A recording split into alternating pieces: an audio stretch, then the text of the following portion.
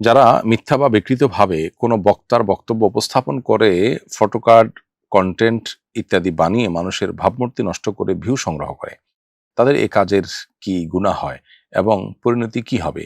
এ বিষয়ে একটা নসিহা চাই। আমিও আগে এমন কিছু কন্টেন্টের প্রভাবে বিভ্রান্ত হয়েছিলাম এবং অনেক স্কলারকে খারাপ ভেবেছি। খুবই গুরুত্বপূর্ণ একটি প্রশ্ন, প্রিয় দর্শক। খুবই জঘন্য এবং অন্যায় একটি কাজ এটি।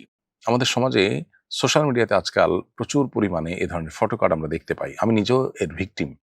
অনেককে দেখা যায় যে আমাদের ছবি দিয়ে আমাদের নামে এরকম মিথ্যা উক্তি তৈরি করে সেটাকে প্রচার করে অনলাইনে, যেই উক্তি আসলে আমাদের নয়, এবং উক্তিগুলোকে এমনভাবে তৈরি করা হয় যে মানুষ বিশ্বাস করে ফেলতে পারে সেটাকে। অর্থাৎ মানুষের কাছে বিশ্বাসযোগ্য করে বানোয়াট উক্তি, মিথ্যা উক্তি আমাদের নামে এবং অন্য আরো অনেকের নামে তৈরি করে সেটাকে অনলাইনে প্রচার প্রসার করা হয়। অনেক সময় এগুলো ট্রল করার জন্য করা হয়, অনেক সময় তাকে ব্যক্তিকে হেয় করার জন্য করা হয়, ষড়যন্ত্রের অংশ হিসেবে, শত্রুর অংশ হিসেবে এটি করা হয়। যদি কোনো মুসলমান পরিচয়ধারী কেউ এটি করে থাকেন, তার জেনে রাখা উচিত এখানে বেশ কয়েকটি কবিরা গুনার সমাবেশ রয়েছে। একত্রে অনেকগুলো কবিরা গুনাহ হয়ে থাকে এই একটি কাজের মাধ্যমে। প্রথমত, মিথ্যা অপবাদ হয়। একে তো মিথ্যা, এটা সবচেয়ে বড় কবিরা গুনাহগুলোর একটি। আবার মিথ্যার মধ্যে আবার আপনি শুধু মিথ্যা বলছেন তা নয়, তার মাধ্যমে আরেকজনের নামে মিথ্যাচার করার ফলে তার নামে আপনি অপবাদ দিচ্ছেন। তিনি যেটা বলেন না সেটা তার ব্যাপারে আপনি আরোপ করছেন। সেটি আরেকটি গুনাহের ব্যাপার। এর পাশাপাশি এর মাধ্যমে ওই লোকটাকে আপনি হেয় করছেন, অসম্মানিত করছেন, তুচ্ছ-তাচ্ছিল্য করছেন তাকে সমাজের মানুষের কাছে। সেটি একটি বিষয়। আবার ওই লোকটা সম্পর্কে সাধারণ মানুষের মনে বাজে চিন্তা প্রবেশ করাচ্ছেন। আপনার এই জঘন্য কর্মের কারণে আপনি ফটোকার্ডে বা তার উক্তি হিসাবে যেটাকে আপনি স্টাবলিশ করছেন, এর ফলে মানুষ ওই ব্যক্তি সম্পর্কে ভুল ধারণা পোষণ করে মানুষ গুনাহগার হবেন বা মানুষ ভুলের মধ্যে থাকবেন, বিভ্রান্তিতে পড়বেন। মানুষকে গোমরাহ করার, বিভ্রান্তিতে ফেলার যে গুনাহ সেটাও আপনার হবে যদি আপনি মুসলিম হয়ে থাকেন। তবে ওলামা ইকরামের ব্যাপারে এই ধরনের ফটোকার্ড তৈরি করে তাদেরকে তাচ্ছিল্য করার বা তাদেরকে হেয় করার যে ব্যর্থ প্রচেষ্টা করা হয়ে থাকে, এটি মোস্ট প্রবাবলি ইসলাম বিদ্বেষী গ্রুপ এর দ্বারা হয়ে থাকে।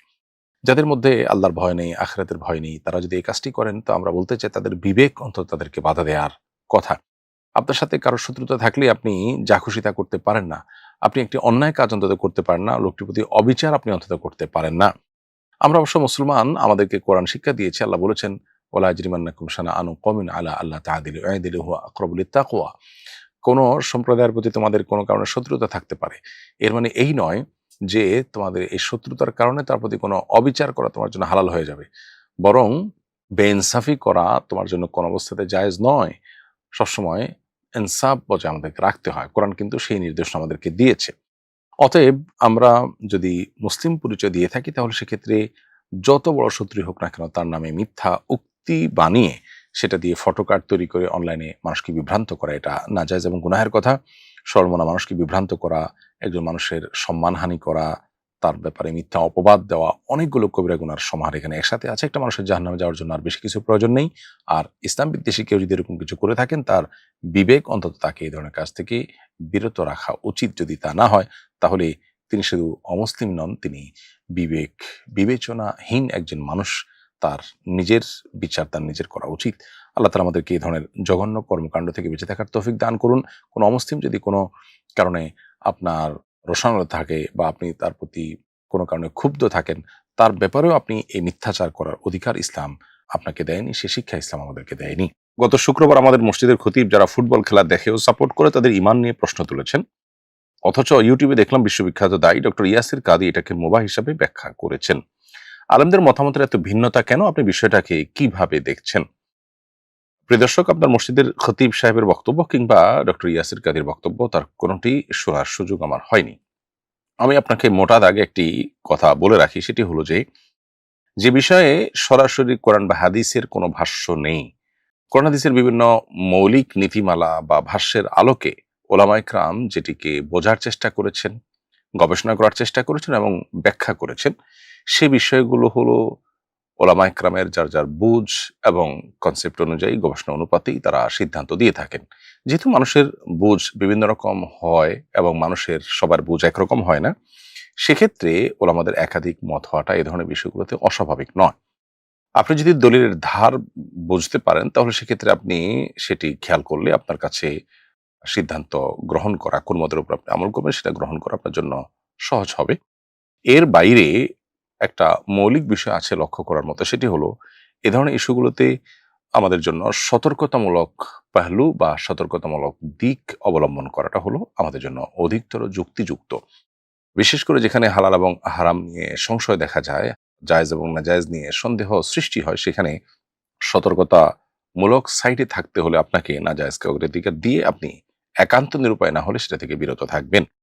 এটা একটা নীতিমালা। আর তার আলোকে আমি বলতে চাই যে ফুটবল খেলার যে আয়োজনগুলো আমরা স্ক্রিনে দেখে থাকি, এমনিতে আপনি সরাসরি কোথাও ফুটবল খেলা হচ্ছে সেটা দেখছেন, সেখানে যদি কোনো নাজায়েজে লিপ্ত হতে না হয় তাহলে সেটি দেখা নাজায়েজ হওয়ার কোনো কারণ নেই।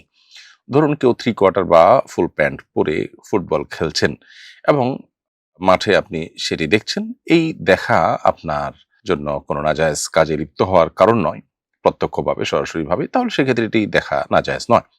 কিন্তু স্ক্রিনে যে সমস্ত ফুটবল খেলাগুলো আমরা দেখে থাকি বিভিন্ন বড়, বড় ইভেন্টগুলোতে, এগুলো যখন আমরা দেখি প্রথমত খেলোয়াড়রা হাফ প্যান্ট পরা থাকেন এবং তাদের সতর মুক্ত থাকে, সেটি আপনাকে দেখতেই হয়। এটি দেখা ছাড়া আপনি খেলা দেখতেই পারছেন না। এর বাইরে আপনার এই খেলা দেখাকালীন সময়ে প্রতি মুহূর্তে আপনাকে চোখের জেনা করতে হচ্ছে এবং মিউজিক আপনাকে শুনতেই হচ্ছে। আপনি বলবেন যে আমরা তো রাস্তাঘাটে বের হলেও এই ধরনের দৃশ্য আমাদের চোখের সামনে পড়ে, তাহলে কি আমরা রাস্তাঘাটে বের হওয়া নাজায়েজ হবে? উত্তর হলো যে রাস্তাঘাটে বের হওয়া আর এই খেলা দেখার জন্য স্ক্রিনের সামনে বসা, এ দুটি কিন্তু এক জিনিস নয়। স্ক্রিনে বসে খেলা দেখা এটা আপনার কোনো প্রয়োজনের মধ্যে পড়ে না। রাস্তাঘাটে বের হওয়াটা আপনার প্রয়োজনের মধ্যে পড়ে। বিধায় এই জায়গাটাতে আপনার কর্তব্যের অংশ হলো সতর্কতামূলক সাইডে থাকা এবং নাজায়েজ দিকটাকে প্রাধান্য দেওয়া। আমি ব্যক্তিগতভাবে এটাকে নাজায়েজ মনে করি বিভিন্ন ইস্যুর কারণে। মৌলিকভাবে এটি নাজায়েজ না হলেও অন্য বহু নাজায়েজ বিষয়ে লিপ্ত হতে আমরা বাধ্য। যে কাজটি আমার জন্য আবশ্যক নয়, খুব বেশি জরুরি নয়, যেটা আমি এভয়েড করলেও করতে পারি, অথচ সে কাজ এভয়েড না করলে আমাকে নিশ্চিত একাধিক গুনাহে লিপ্ত হতে হচ্ছে, সে কাজ করা জায়েজ হওয়ার কোনো কারণ থাকতে পারে না। এর বাইরে এই আসরগুলো মূলত আপনার মানুষকে আল্লাহর জিকির থেকে গাফিল করা, ইবাদত থেকে গাফিল করার সহ বহুবিধ বিষয় এটার পেছনে নিহিত আছে। সবচেয়ে বড় কথা হলো যে ইবাদত বন্দেগী করার জন্য, আল্লাহর স্মরণের জন্য যে পরিমাণ মনোসংযোগ আমাদের আজকাল দরকার, সে ফোকাসের ঘাটতি আমাদের ঘরে, ঘরে জনে, জনে আজকাল। আমরা কোনো কিছুতেই আসলে ফোকাস ধরে রাখতে পারছি না। ডোপামিন এত বেশি আমাদের চতুর্পাশে, আমাদের মানে এত আয়োজন, যে আয়োজনের ফলে আমাদের প্রতিনিয়ত ডোপামিন নিঃসরিত হচ্ছে এবং ডোপামিন আমরা হাবুডুবু খাচ্ছি বলতে গেলে। সেই এরকম একটা সময় এরকম একটা ইভেন্ট মানুষের মনোযোগকে কত বেশি, মনোযোগের শক্তিকে, সামর্থ্যকে কত বেশি ধ্বংস করে দেয় সেটা বলবার অপেক্ষা রাখে না। আপনি নিজের ইবাদত বন্দেগী, নিজের ফোকাস, মনোযোগ, আল্লাহর স্মরণ এগুলোকে ধরে রাখবার প্রয়োজনে হলেও এ ধরনের ইভেন্ট থেকে আপনার দূরে থাকা উচিত সন্দেহাতীতভাবে। এর বাইরে এটাকে ঘিরে যে জুয়াসহ বিভিন্ন হারাম বিষয়গুলো বিশ্বব্যাপী প্রতিষ্ঠিত হয়ে থাকে এবং সেগুলো আপনার ব্র্যান্ডিং হয়ে থাকে, সেটাও কিন্তু বলার অপেক্ষা রাখে না। বিধায় নানাবিধ কারণে একজন ঈমানদার তার জীবনে মূল্যবান সময়গুলোকে এ ধরনের খেলাধুলার পেছনে, বিশেষ করে যে খেলাধুলা বলা হচ্ছে নিছকই বিনোদন, সেগুলোকে জীবনের খুব গুরুত্বপূর্ণ বিষয় বানিয়ে ফেলা, তার জন্য শত, শত ঘন্টা ব্যয় করা, নিজের মনোসংযোগ নষ্ট করা, সেগুলো দেখতে গিয়ে বহুবিধ গুনাহে লিপ্ত হওয়া, এগুলো কোনো ঈমানদারের জন্য অন্তত সাজানো না। নবী করিম সাল্লাল্লাহু আলাইহি ওয়াসাল্লাম বলেছেন, "মান হুসনি ইসলামিল মারই তারকু মা লা ইয়ানিহি", একজন মুসলমান ইসলামের সৌন্দর্য হলো অনর্থক কাজ থেকে বিরত থাকা। নবী করিম সাল্লাল্লাহু আলাইহি ওয়াসাল্লাম নিজেও কিন্তু কোনো, কোনো খেলা, কোনো, কোনো আপনার শারীরিক কসরতের যে কম্পিটিশন, সেটা উপভোগ করেছেন। এটা ততক্ষণ পর্যন্ত জায়েজ, যেটা আমরা শুরুতে বললাম, যতক্ষণ পর্যন্ত এখানে কোনো নাজায়েজ বিষয় যুক্ত না হচ্ছে, যতক্ষণ পর্যন্ত এটি আপনাকে নেশা তৈরি করতে না পারছে এবং এডিকশন তৈরি না করছে। এই জাতীয় খেলাগুলো যারা নিয়মিত দেখেন এবং ফলো করে থাকেন, এটা তাদের কাছে অনেকটা নেশার মতো হয়ে যায় কিন্তু।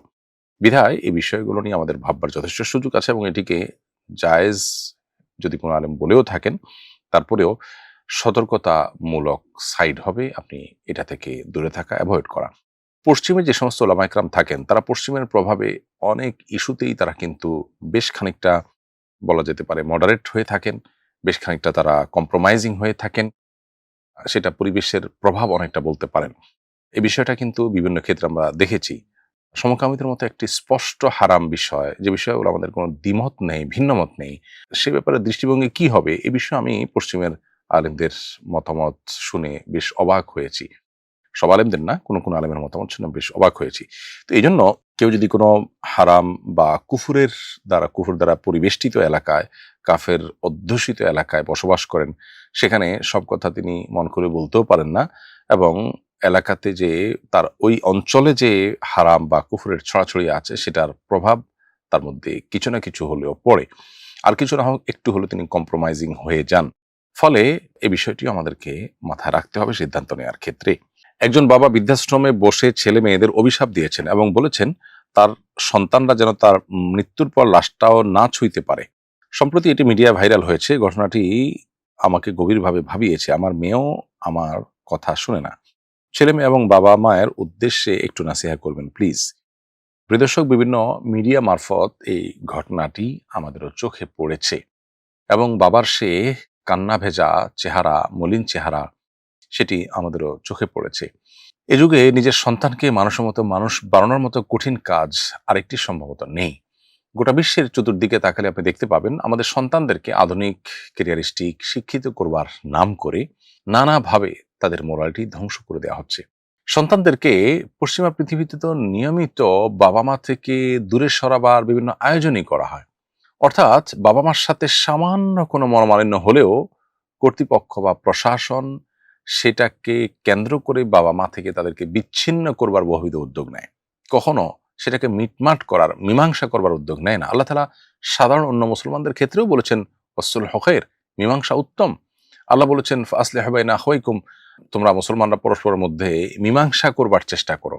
সেখানে মা বাবার সাথে সন্তানের, স্বামীর সাথে স্ত্রীর যদি কোনো কারণে মনোমালিন্য হয়, তাহলে মীমাংসা করার চেষ্টা না করে বরং সেখানে বিচ্ছিন্ন করার চেষ্টা, সেখানে অধিকারের নাম দিয়ে পৃথক করার চেষ্টা, এটা কোনো অবস্থাতেই গ্রহণযোগ্য নয়। এটা মানব সভ্যতার জন্য অন্তত ভালো কিছু বই আনে না।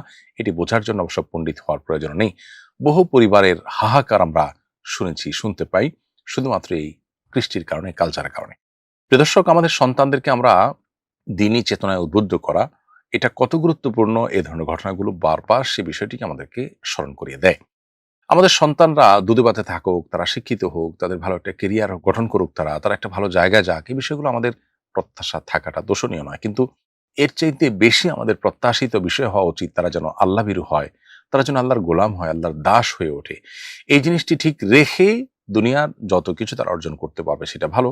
আর যদি এই জায়গাটাতে দুর্বলতা রেখে তারা সামনে অগ্রসর হয়, তাহলে এ ধরনের পরিণতি অবশ্যম্ভাবী। আমি বলছি না যে এই চাচা যান, এই বাবাজি তার কোনো ত্রুটি ছিল। অনেক সময় বাবা মার সঠিক চেষ্টা সত্ত্বেও সন্তান বেলাইনে চলে যায়। খোদ নবী রাসূলদের সন্তানরাও অনেক সময় বেলাইনে চলে গেছে। এজন্য ব্যক্তিকে এখানে দোষ দেওয়ার প্রশ্নই ওঠে না। আমি জেনারেল কথা বলছি যে আমরা বেশিরভাগ অভিভাবকরাই আজকাল আমাদের সন্তানদের দুধে ভাতে রাখার বা তাদেরকে পশ লাইফ দেওয়ার কিংবা তাদেরকে সমাজে ভাবসাওয়ালা মানুষ হিসেবে তৈরি করার চেষ্টা আমরা যতটা করি, তার সিকিভাগও তাদেরকে সৎ, আল্লাহভীরু, নেককার এবং আদর্শ সন্তান হিসেবে গড়ে তোলার চেষ্টা করি না। আমরা নিজেরাও টাকার মেশিন, তাদেরকেও টাকা মেশিন বানানোর চেষ্টা করি। তো এই জায়গা থেকে আমাদেরকে সরে আসতে হবে, এই ধরনের নির্মম পরিস্থিতি থেকে বাঁচার জন্য। এর বাইরে আল্লাহ তাআলার কাছে দোয়াও করতে হবে। আমি জানি না আমার এই বাবাজির কষ্ট আদৌ লাঘব হয়েছে কিনা, তার সন্তানদের কানে তার এই আকুতি পৌঁছেছে কিনা, তাদের বিবেক জাগ্রত হয়েছে কিনা। আমরা দোয়া করি আল্লাহ তাআলা তার কষ্ট, মনোবেদনা দূর করে দিন। বৃদ্ধাশ্রমের এই প্রজেক্ট বাংলাদেশে যেন প্রতিষ্ঠিত হতে না হয়। আমাদের সন্তানরা যেন সবাই দায়িত্বশীল হয়, আমরা যেন সবাই দায়িত্বশীল হই। আল্লাহ তাআলা সেই তৌফিক আমাদেরকে দান করুন এবং আমাদের সন্তানদেরকে নিজের নয়ন জোড়ানো, চক্ষু শীতলকারী সন্তান হিসাবে তৈরি করার তৌফিক দান করুন।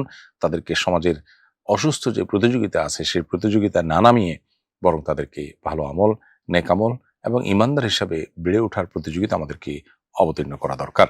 হাফাতা গেঞ্জি পরে নামাজ আদায় করলে কি নামাজ হবে? হাফাতা গেঞ্জি পরে নামাজ আদায় করলে নামাজ হয়ে যাবে। তবে গেঞ্জিটা ফুল হাতা, আপনি সেটাকে গুটিয়ে হাফাতা করেছেন, সেটা হলে সেটা মাকরুহ হবে। আর হাফাতা গেঞ্জি পরে নামাজ পড়লে নামাজ আদায় হয়ে গেলেও এ ধরনের পোশাক পরে মূলত নামাজ পড়া অনুচিত। যে ধরনের পোশাক পরে আপনি কোনো গুরুত্বপূর্ণ জায়গায় কোনো সম্মানিত ব্যক্তির সাথে সাক্ষাৎ করতে ইতস্তত বোধ করেন, সেরকম পোশাক পরে নামাজ পড়া মূলত অনুচিত। আস-সুন্নাহ ফাউন্ডেশন, উম্মার স্বার্থে সুন্নাহর সাথে।